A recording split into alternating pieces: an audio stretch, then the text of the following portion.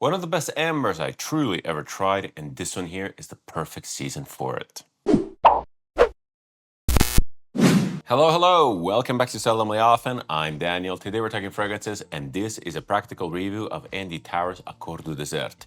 These reviews are for fragrances that I have a lot of experience with, multiple wears in many situations, and are meant to give you a general idea of what it feels to wear the fragrance. As per usual, I do a lot of research before buying fragrances, but I don't really like to go into details about notes and of course because I don't think that they help the end user. I'd rather talk about the wear experience as a whole. Here we are with another review. This one here was actually sparked by my recent acquisition of Tauer's L'Air du Désert Marocain Noir.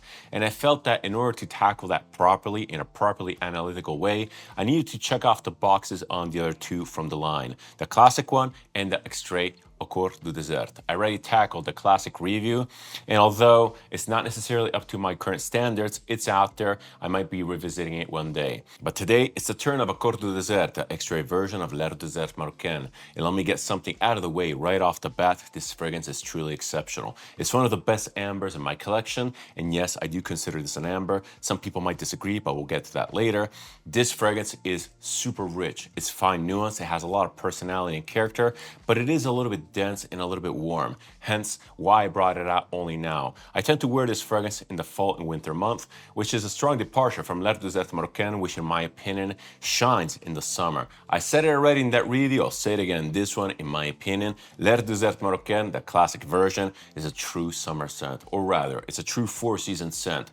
But this one here, Au Coeur du Désert, has that extra sweetness, that extra resinous gooey aspect, which really comes alive in the colder months when the temperature is a little bit more frisky. This one here gives you a true blanket effect, and I love putting it on as the fall strikes. This is absolutely amazing. As I said before, it's incredibly warm, so dense. I've had even people say that this is sexy. Before talking about the scent profile, before getting into this fragrance specifically, I just wanted to shed a couple words for Andy Tauer. Andy Tauer is a Swiss self-taught perfumer with a chemistry background. I really love his work, I love his character, I love his personality. I love everything that Andy Tauer stands for in today's modern perfumery world. He, in my opinion, represents true niche. He represents one of those artists that just make stuff for themselves. That is, again, before releasing the very expensive fragrance labeled L'Air du Désert Marocain Noir. Yes, I have a little bit of a bone to pick with that one and with Andy. I'm not calling him a sellout by any stretch of the imagination, but that fragrance was clearly released for the public rather than his own passion or taste. And that fragrance is absolutely amazing, by the way. And if you don't know what I'm talking about, go check out my unboxing first impressions for that one. It's a doozy. Anyway, apart from that fragrance, all of his other products really have a lot of personality, have a lot of passion. They really show Andy Tauer as a person in them. I really like how they're designed, and they all feel like they've been designed with love. And this one here is actually one of the best ones he ever put out, despite it being a flanker, once again, for L'Air du Désert Marocain. But I don't think that the flanker intention was so clear here. It wasn't as transparent. I think that by now we kind of associate Andy Tauer's fragrances, the whole DNA, mood, and vibe of the brand to the desert, to the Middle East. Not necessarily in fragrance construction because Andy Tauer is Swiss and the fragrances are very innovative and creative, but more on the theming and inspiration department. And I'm wondering at this point if this was his intention all along or if he kind of just fell into it, if he ended up pigeonholing himself into the theme after his first two releases. The first one being Le Maroc pour Elle, which is till this day one of my favorite Andy Tauer releases ever. And the second one, and clearly most influential one, this one here, L'Air du Désert Marocain, number 2. So yeah, Andy Tauer is clearly passionate about the desert, but he just kept releasing release after product inspired by the desert. And I'm not mad about it. It's just a little bit weird, again, because Andy is Swiss. But nonetheless, here we go. And today we are tackling the middle product of the line, which was released in 2016, 11 years after the original classic, the extrait Au Coeur du Désert. This one, as previously mentioned, is the extrait version of L'Air du Désert Marocain, which, by the way, was originally released with a concentration of eau de toilette intense, whatever that means. This one here takes that formula, takes that DNA, takes the smell we all know and love and really fortifies it. It really brings in a lot of warmth, it brings in a lot of resins, it brings in a sticky gooiness. It's not anymore reminiscent of the dry sand of the desert wind. This one is more reminiscent of some sort of fire in the desert. It's almost gourmand to a degree because it's so warm and gooey. This is departing from the image of this outdoor, dry, windy, and wild environment and goes more towards something resembling maybe a golden desert oasis. It's very, very rich. It's radiating heat. It's radiating richness. Absolutely gorgeous stuff, but we're going to talk about the scent profile and wear experience after we cover the presentation. Presentation-wise, Andy Tauer products are extremely iconic. These bottles are pretty much unforgettable. It's probably one of the more iconic brands in today's modern perfumery. The pentagonal bottles are handmade. They feel kind of rough. They feel kind of homey, but that's actually the beauty of them. I really like the design. This is definitely one of those brands that really grows on you. The more fragrances you own, the more you smell them, the more you connect with Andy Tauer as a person, the more you start accepting and almost appreciating the quirks and features of the brand. This is pure homemade in the best possible way. It feels like a home-cooked meal. This stuff here, this presentation feels so comforting, but objectively, in objective terms, it's really not that great. Let's start off with the cap. This is a very, very specific cap. I always say that it almost feels 3D printed. Actually, someone in the comments section for another one of my Tauer videos corrected me, saying that this is actually bakelite, it's not 3D printed, which makes it even better in my opinion. Bakelite was historically used for rotary phones, and that makes it so cool. Nonetheless, bakelite 3D printed, it doesn't really change the fact that this cap feels plastic. It feels high quality, but it has a very, very specific feel. It's dense, it's very, very simple. I like it. I learned to like it a lot. The atomizer is arguably the worst part of Tauer fragrances. It became iconic by now. I'm really not going to fault it just because it's such a brand trademark, but it is kind of bad. Let's be real. Let's give it a couple sprays. Yeah, it doesn't really spray much. The spray action, the haptics in general, just kind of lacking confidence. You could say that it works, but I would say that the key takeaway for the atomizer is that you need to apply way more than you think you need to apply. Because again, each spray is not really putting out much liquid. Anyway, let's spray it on skin because it's a little bit more interesting. And by the way, I have been wearing this as my scent of the day. It's absolutely glorious. I wear this a lot, actually. I love it. I love it because it's one of the best ambers out there, in my opinion. Surprisingly enough, I'm not even a huge fan of amber fragrances in general. I already mentioned this in another video. You might know this about me. An amber fragrance, in order to captivate me, has to be really, really good. It has to really excel. This one here, though, speaks a completely different language. It's really characterful. It has a lot of personality and just has a lot of edginess. This is gritty, it's different, it's exotic. Someone, as I said before, again, even told me this smells really, really sexy. I would say that if you want to spray this to the office, this is absolutely fine, but you have to tone down the sprays because this is pretty potent. It's very long lasting and it's definitely nose catching. Other than that though, it's a magnificent scent. No one ever commented anything negative and everyone seems to appreciate it. Anyway, going back to the presentation, down to the bottle, as I said before, the bottle is very, very iconic. It does feel sort of homemade, but it is a custom design and I really have to applaud it. The labeling on this is kind of the old school labeling, but it's a little bit different because the old school fragrances have a number, and for whatever reason, Au Coeur du Désert does not. It has this little, I'm not even sure what it is. It looks like a flag or something like that. You can see it there in the corner. But the top label is the usual. The bottom label is the very basic bottom label, which just says the name of the fragrance pretty much. Yeah, it doesn't even give any basic information. So I'm not even sure if this is compliant. Anyway, I digress. Presentation-wise, I think that these bottles are great. They look the part, they're very iconic, and they're just fun. They are fun, they are quirky, and carry a lot of Andy Tauer's personality and character, which is great. This one here, from my point of view, gets full marks. Anyway, moving on to price and value for money, this fragrance is actually quite expensive, especially considering that it's a 50 ml. And by the way, all of Andy Tauer products come in 50 ml bottles.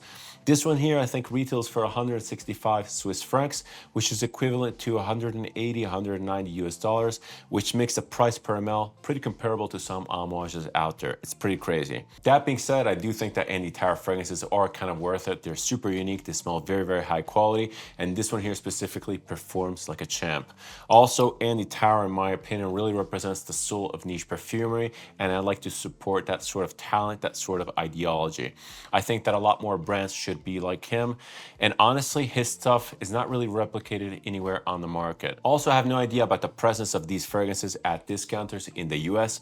In Europe, I've never seen them at discounters. It's not really a point. I buy them from Andy directly, also because he is from Switzerland and I get priority shipping. It's great in that regard. I can't really complain.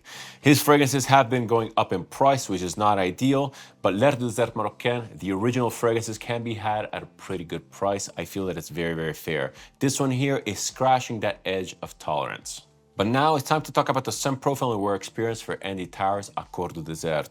What does this actually smell like? As I said before, this one here is a flanker to the original L'Air du Désert Marocain, and in reality it does smell kind of similar, especially if you look at the notes, especially if you're trying to break down the fragrance according to notes. If you're one of those people that smell fragrances and try to identify the notes, there's not going to be much difference. The real difference between the two comes in the mood, comes in the way the scent is presented to you. L'Air du Désert Marocain comes across as very light and airy. This one here is definitely a lot more richer. I've already extensively covered L'Air du Désert Marocain in many videos, including my recent unboxing first impressions for the noir version, so I'm not too keen on repeating myself here. All I can say is that Au Coeur du Désert really represents a reference amber in my opinion. It's one of the best ones in my collection, one of the best ones that I've ever smelled. And as I said before, some people don't necessarily agree with this statement. Some people don't even think that this is an amber. They think that this is more categorized as a spicy leather. I don't really agree because I barely get any leather from this. There is a little bit of a funky aromatic component, but it's very subdued. This, in my opinion, has all the characteristics of an amber. It really pushes that warmth. It really pushes that gooiness, that resinous, crystallized, honey-like consistency. It's very golden in color. It's very radiant. It's almost like a gemstone that has been uncovered from the desert. This opens up incredibly exciting, and it actually stays that way for the better part of the wear experience, but the opening specifically is truly amazing. The opening is actually quite difficult to describe because there's something in there which I'm not necessarily identifying. It opens up green, surprisingly green for an amber. You would think amber is like orange, and it has a lot of orange in there, has a lot of this radiant pulsating orange, but there's a definite green component in there which is really lifting the scent profile. It's giving it a lot of herbaceous funkiness. It's really reminding me actually of Serge Routin's Ambre Sultan. It has a lot in common with that scent. I think that maybe the Serge Routin's goes a little bit more sweet, especially from the start, but the opening, the greenness, that weird herbaceous feel, maybe laurel, maybe some sort of spice, is very, very apparent in this. It opens up surprisingly resinous and balsamic, almost with a camphorous pungent note, which is something that I actually really appreciate and like. I think that one of the reasons why I struggle to identify which note or ingredient is giving this aspect is because this whole green part is kind of offset and counterbalanced by this huge pulsating orange core. This is not really a biphasic scent at all. It's not something like Amouage Enclave, which has the mint and the incense or the amber really separated. These two components, the greenness and the orange, really intertwine with each other. They really intersect. And they make for an incredibly exciting, incredibly vivid fragrance with such a not fizzy. I was thinking fizzy because I was imagining this volcano core, maybe lava and water kind of connecting and making bubbles. But it has this really contradictory experience in the middle where these two major cores intersect. This aspect alone is super exciting and makes the fragrance very, very unique, and it's actually the thing that really differentiates this scent from L'Air du Désert Marocain. L'Air du Désert Marocain just comes across as dry, like dry, windy, and ambery. It has none of this greenness which is fighting this orange core. It's much more unison. It's much more attuned. This feels like two ingredients fighting each other in the best way possible, creating this roar, this inside roar, giving this amber so much pulsating light. It's super beautiful. This has, again, it's very, very difficult to describe, but it has some greenness which is kind of resembling maybe a citrus. Some people say that this is very, very citrusy. I don't get it at all. This is far from being citrusy, like something like Le Lion by Chanel, which by the way will be one of my options. It might be something green with a little bit of a citrusy touch, maybe like a coriander or something like a petit grain, something with a tiny bit of fizz. But in all reality, I actually think it's more your brain that is trying to attach itself to something which is giving contrast to this roaring amber, anything which is differentiating it. This is such an exciting scent. It's so deep. It feels endlessly deep. It feels like a lava pit. The more I think about it in this way, the more I'm imagining I think that there's a place in the desert of the Sahara, which is basically like a fire crater. And I'm imagining exactly that place when I think of Au Coeur du Désert. Actually, come to think about it, analyzing the name a little bit more, this means the heart of the desert. So it might be something related to that. Very, very interesting. The scent is remarkably stable. It doesn't really evolve. It doesn't really transition much. You get the same thing throughout the whole time of the wear experience, which is surprisingly long. I love this. I've been wearing it the whole day and it's been pushing off my skin the whole day. It's been radiating this fight between the green and the orange. Amazing stuff. And you would think that the greenness really starts dissipating, it starts evaporating later. And it kind of does. It leaves space to this ashiness, which is kind of like the product of this war. I think that it's something maybe along the lines of labdanum, but again, compared to the richness of this amber and the pungency of this green, it almost comes across as ashy. It's not your typical gooey, greasy labdanum. This is one of those scents which I would regard as relatively easy to pull off because it does have somewhat of a likable scent profile, but at the same time, it's pretty invasive. This has a lot of character. I wouldn't say that it's one of those scents that ends up wearing you because again, it's kind of delicate in its nature. Being an Andy Tauer, this one here has definitely some Andy Tauer gentleness and kindness, which definitely shows its face in the dry down after everything has subsided, after this fire has stopped roaring. This is such a beautiful scent. It's pretty much perfect. I wouldn't change anything about it. And some people may ask me, so do you want this or L'Air du Désert Marocain? And to that, I have to say, I still prefer L'Air du Désert Marocain because it's more special. And I really applaud the fact that you can wear that in the summer, giving this incredible desert wind feel. This one here is absolutely amazing if you really want to embrace that extra warmth, the very special warmth that this one here has, and that L'Air du Désert Marocain is kind of lacking by design. Again, that one there is meant to resemble the evening air in Morocco. This one here is a roaring fire, full of passion, full of emotion. As I hinted at before, the wear experience for this is absolutely sublime. The scent is incredibly stable and predictable. It really doesn't transition or evolve much. Yeah, you lose a little bit of that greenness up top as the scent dries down, but that's pretty much it.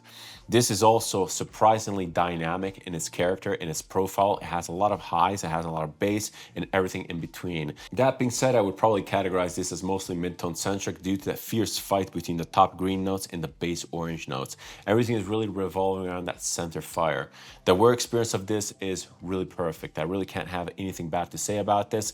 It's very, very predictable, very, very linear. There's no jarringness. Everything is super smooth, and it wears in such a beautiful, intense manner. But now some practicalities for Andy Tauer's Au Coeur du Désert, starting as per usual from the performance side of things.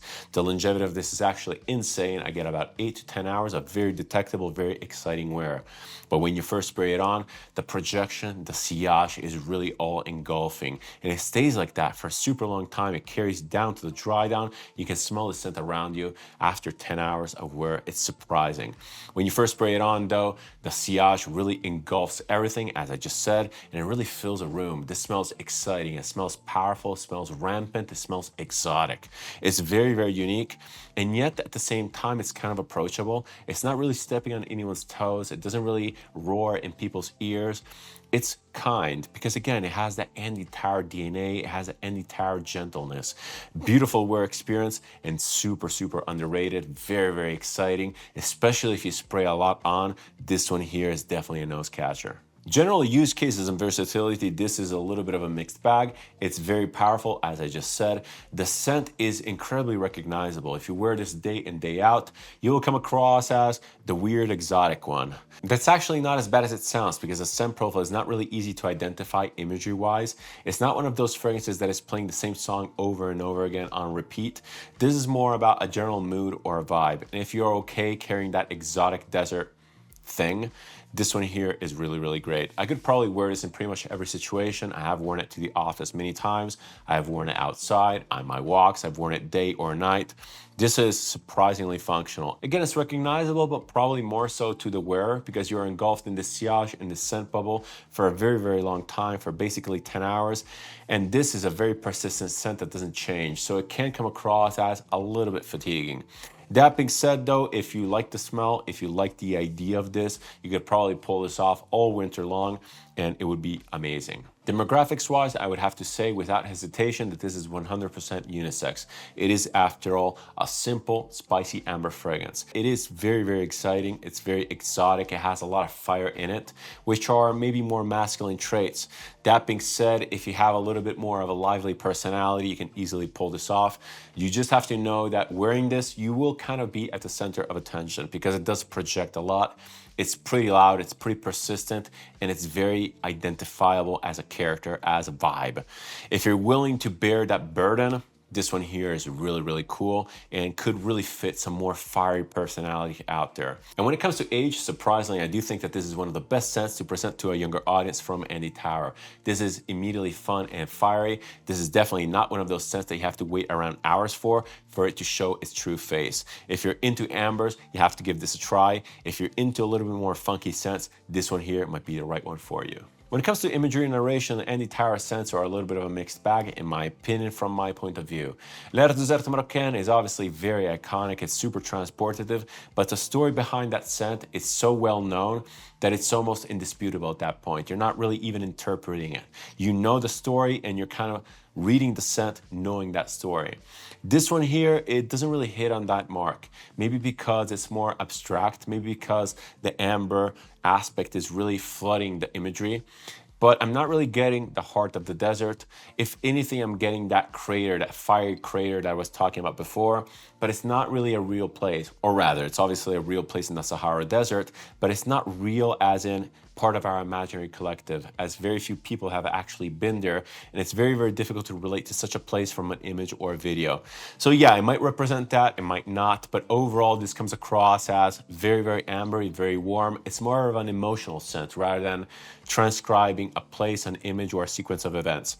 It's okay. It wears fantastically. It's relatively easy to push into the background, but it's still there, present and pumping with excitement. It's kind of like a boombox stereo strapped to your back, pumping out tribal beats which are prompting you to dance. It's something which is, again, can be very, very distracting in the long run, but overall this is super fun to wear, and again, the wear experience is truly magical. But now it's time for some options for the fragrance I review, and in the case of Au Coeur du Désert by Andy Tauer, I just wanted to lean into the ambery, fiery aspect with exciting, warm amber scents, and the first one that I want to showcase is something that I could not leave out. This one here is one of my recent acquisitions. It's Ambra Aurea by Profumum Roma. This thing here is absolutely insane. I love it. It's pretty much my favorite amber of all time. Again, it's a little bit different from Au Coeur du Désert. They're not super comparable. I mean, they're comparable in a general ambery sense, but this one here goes much more traditionally ambery without really telling anything. It's very, very exciting because it is super punchy and very intense, but it's much softer, it's much more velvety. It has a distinct core of incense and smoke, which is lacking in Au Coeur du Désert, or rather, it's not that present. This one here is all about the gooey sweetness though. This is a river of molten lava, molten resin. It's really, really beautiful. A lot of the green notes which are present in Au Coeur du Désert are not present here. This is more, it adds variety by adding a tinge of saltiness, which is probably due to the ambergris in here. Profumum Roma, amazing house. It's one of those brands that really inspire me. This is just one of those brands that keeps on putting out on the market incredibly reliably good products. They don't really follow trends, they do their own thing. And as my buddy Mo from the channel Sense for Thought put it, it feels like that when designing this, the family that runs the business, because it is family run, we're sitting across a table to each other and we're thinking, let's put out an amber fragrance, let's make the best amber fragrance, and this is the thing that they came up with. This is so insanely good that it makes most other amber fragrances on the market completely redundant. If it's even in the similar ballpark, this one here will always be the better option. My second option is one of those fragrances that I recently covered in a full review on my channel. This one here is super, super elegant. It's incredibly classy. It's by Chanel and it's Le Lion. Le Lion is one of the best ambers in my collection. It's very, very unique because of its elegance, because of its sophistication and class. This one here has distinct phases to it, 3 to be precise. It opens up incredibly citrusy, very, very zingy, very fizzy, very exciting. Then it dries down to this amber or more traditional amber core, and then it phases down again and it becomes the smoky labdanum. Interestingly enough, as these fragrances age, they become more and more labdanum centric to the point where this one here is almost full leather. It's leather from the start and it's beautiful. The leather in here is supple, it's incredibly rich. It feels like the most beautiful pair of gloves ever. It's pure Chanel. At the same time though, this fragrance is incredibly exciting. It's a little bit edgy, has a little bit of an animalic tone to it. It's really, really impressive. In my opinion, it's one of the best releases by the brand of Chanel in recent times. This really combines excitement from the top, warmth, and then this weird animalic note. At the same time though, this is supremely unisex. It can be worn pretty much by anyone in every season in pure Chanel style. Another thing which is particular about this fragrance is its incredible wear experience. Chanel really nailed it. They really tailored the wear experience to the highest of levels. It's incredibly high quality, and in my opinion, a really nice, smooth wear experience is synonymous with high quality, and Chanel is so predictable and reliable on this regard. Again, I can't recommend Le Lion enough. It's expensive, it's from the private line by Chanel, but I think it's kind of worth it.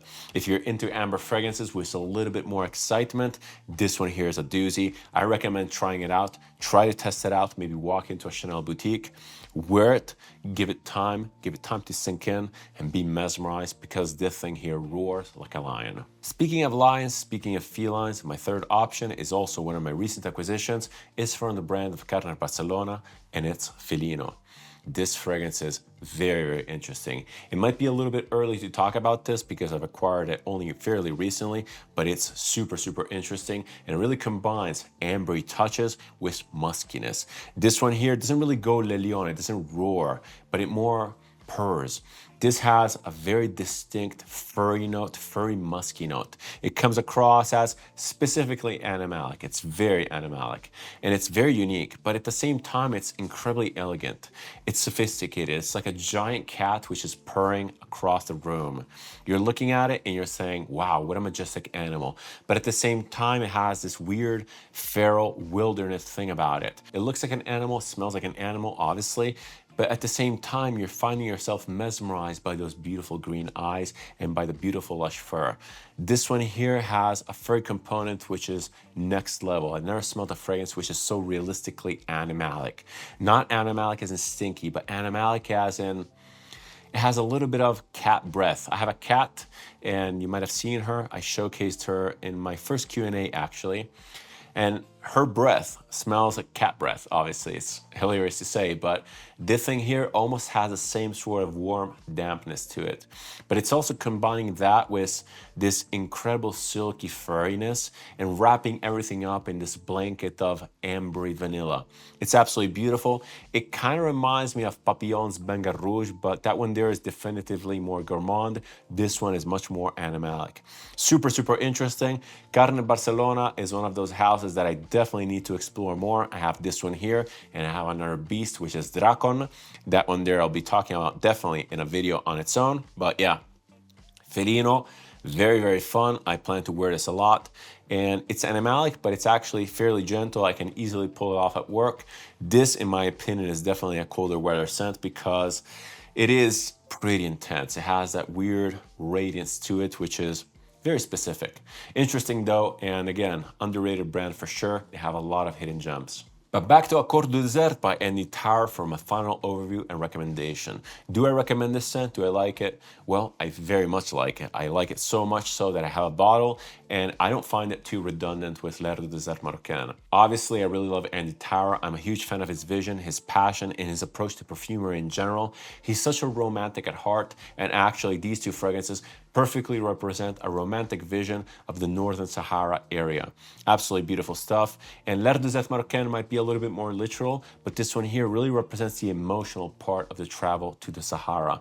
It represents the excitement of going there. It represents the excitement of exploration. This is so fiery, it's so emotional, it's absolutely beautiful. And in my opinion, it's the perfect extrait to L'Air du Désert Marocain. Do I think that these are redundant to the average customer? Well, yes and no. I think that they wear very, very differently, but to the point where you might prefer one to the other and not necessarily interchange them. So in that case, yeah, I would definitely pick the one that you prefer the most. I think that if you like drier scents which come across as a little bit lighter and more airy, definitely go for L'Air du Désert Marocain. If you like a little bit more density, a little bit more sweetness, a little bit more excitement, Au Coeur du Désert is definitely the one for you. If you have an interest in niche perfumery, if you have an interest in crafting images with scents, if you have an interest in connecting emotions to fragrances, Andy Tauer is definitely one of those brands to check out to keep in your radar. If you like this type of content, if you like my approach to video, feel free to subscribe. It's always massively appreciated and helps the channel. If you want to interact with me, leave a comment, suggestion, opinion, or anything else down below. I always reply and I always keep the conversation open. Thank you so much for watching. It's never taken for granted. Many more videos to come, many more reviews, many more first impressions, many more formats. See you in the next one. Cheers.